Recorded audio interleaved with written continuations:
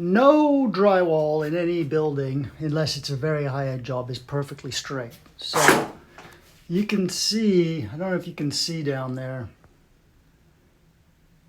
Let's see if this will focus. Can you see down there, there's a little bow in the wall. Overall, this small door is pretty straight. But luckily, these fixtures, let me show you something here.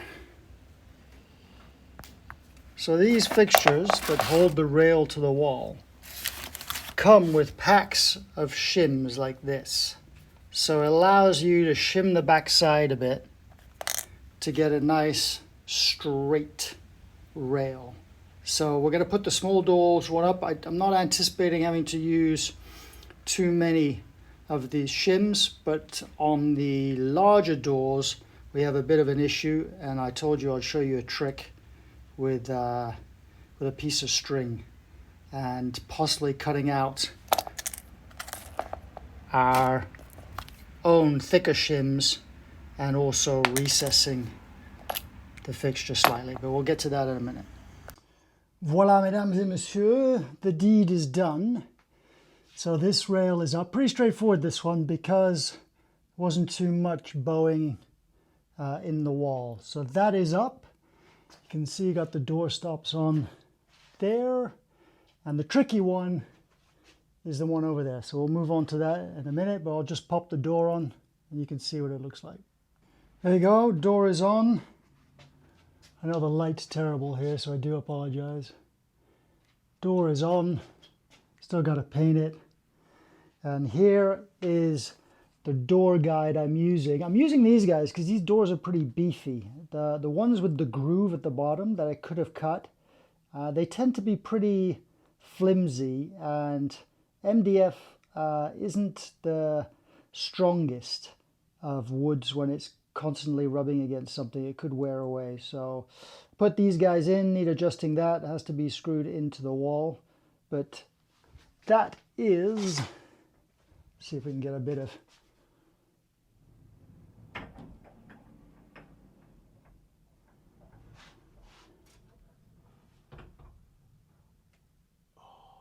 nice action, as Alan Partridge would say. Right, moving on to the double doors again. I promised you a little trick. Right now, if I can get underneath this,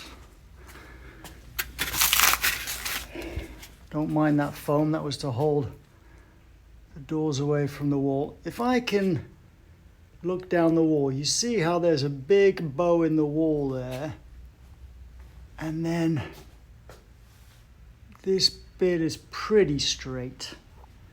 So what I've done, obviously, if you put those rail supports in like this, the whole rail is going to be bent. So I don't know if you can see up there, but I have plumbed a string line exactly from the outside face to the outside face over there. And if we go up on the ladder and we look down the line, you can see it pretty much follows the line here, perfectly within the tolerances of the shims we have. But then if you look down there, look at that. See, that comes in a good, is that a 1/4 of an inch or something? So basically there's one or two things we can do. We can shim out every single other one apart from the couple that are where it's bowed over there, which is what I'm inclined to do, because I think this baseboard down here is pretty thick and I don't want to hit that.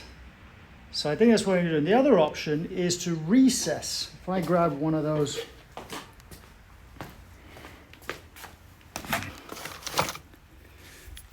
if I grab one of these guys, let's see if we can, let's see if we can focus here. Now you see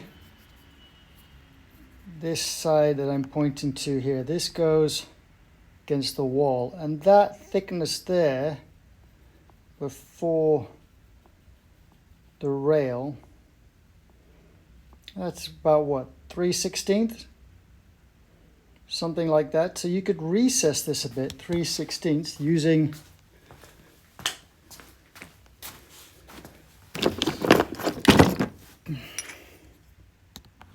a bit like this. Or you can just bring all the other ones out, which I think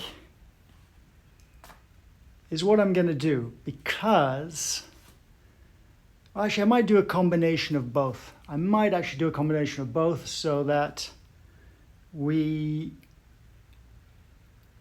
don't recess this too much. Got to remember the wheel rides on top of the rail and it's got to have space without hitting the wall. If I come over and look at the other one, you can see the outside face of the wheel is pretty flush with the outside of the rail. So as long as we're not recessed, keep having trouble focusing. As long as not recessed all the way to that point there, we're fine. So we could probably recess a good 3/16, something like that. I think that's what we'll do. We'll do a combination.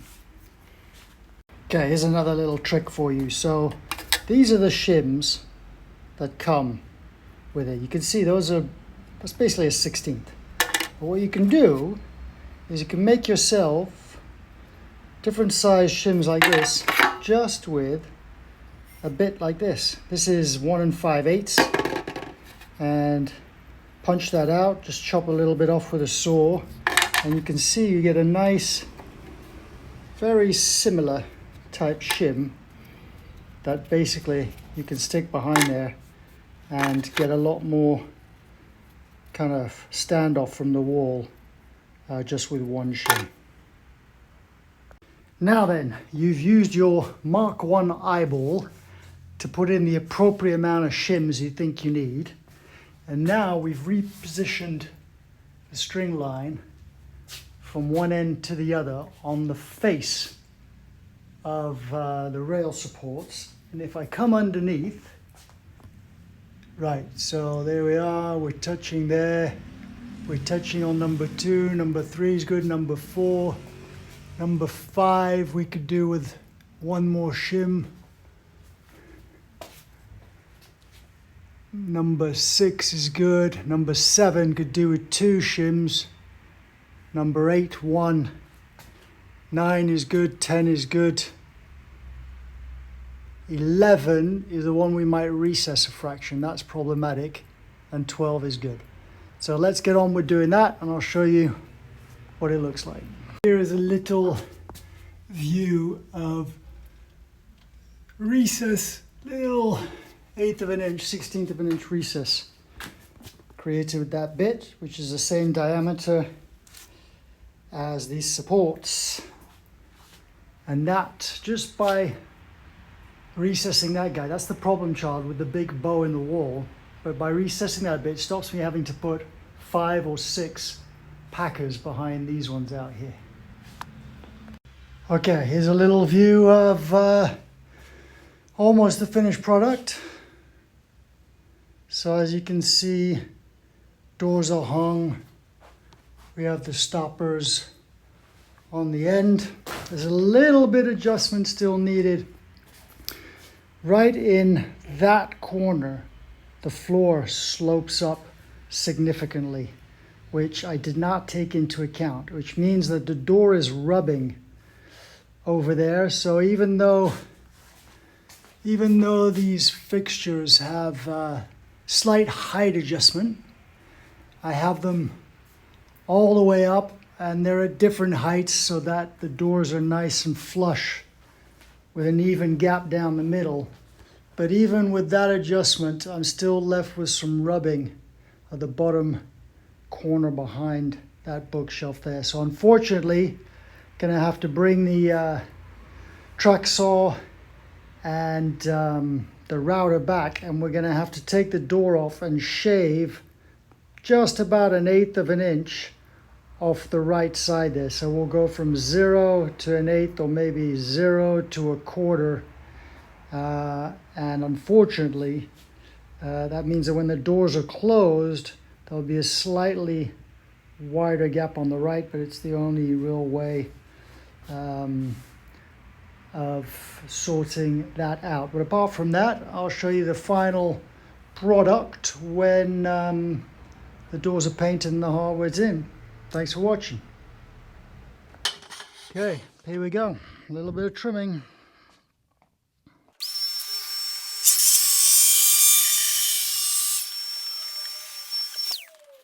Moving along nicely. So it is time for the hardware. Here it is.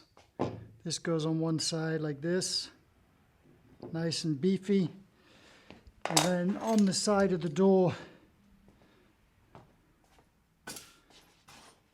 goes that. Just has a little recessed lip so you can pull the door, but that goes on the side against the wall so it doesn't interfere.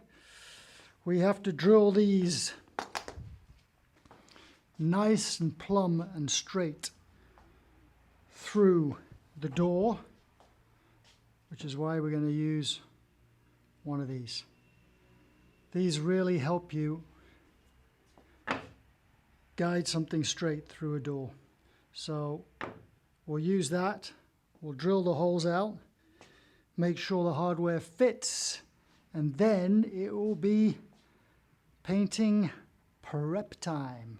One more thing that's going to go on is I'm going to add right here a little magnet, just so that when you pull the doors to, there's just a little pulling power, keeps them there. And then you just have to force them apart with a little bit of elbow grease. Right, let's put these on and I'll show you what it looks like.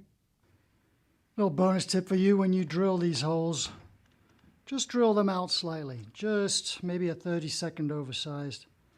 That will allow you a bit of wiggle room when it comes to putting both screws in, because if they're absolutely not bang on and the holes are the exact size of the bolt, you're going to struggle like crazy. So just drill them out a tiny bit, not much. That's all it needs, something like that. And there you go. That is what it's going to look like. Two of those. You don't need to see the other side. We'll show you that, the finished article. That's the other side. And so the project is pretty much done. All there's left to do is paint them, and I'll wrap everything up. I'll show you the absolute finished product at the end. All right, peeps, there it is, all finished, hardware on, 2 coats of paint. What do you think? Looks pretty good, right? Now you see it open, and now you see it closed. What do you think? Looks pretty good, right? I'm pretty happy with it. I won't bother showing you the small one. The light's really bad there. Looks very similar to this. Anyway, hope you enjoyed the videos. Please subscribe. Leave some comments. What would you have done differently? Give it a thumbs up, hopefully. Hit that bell, all the good stuff. Let's grow this channel. All right, thanks. See ya.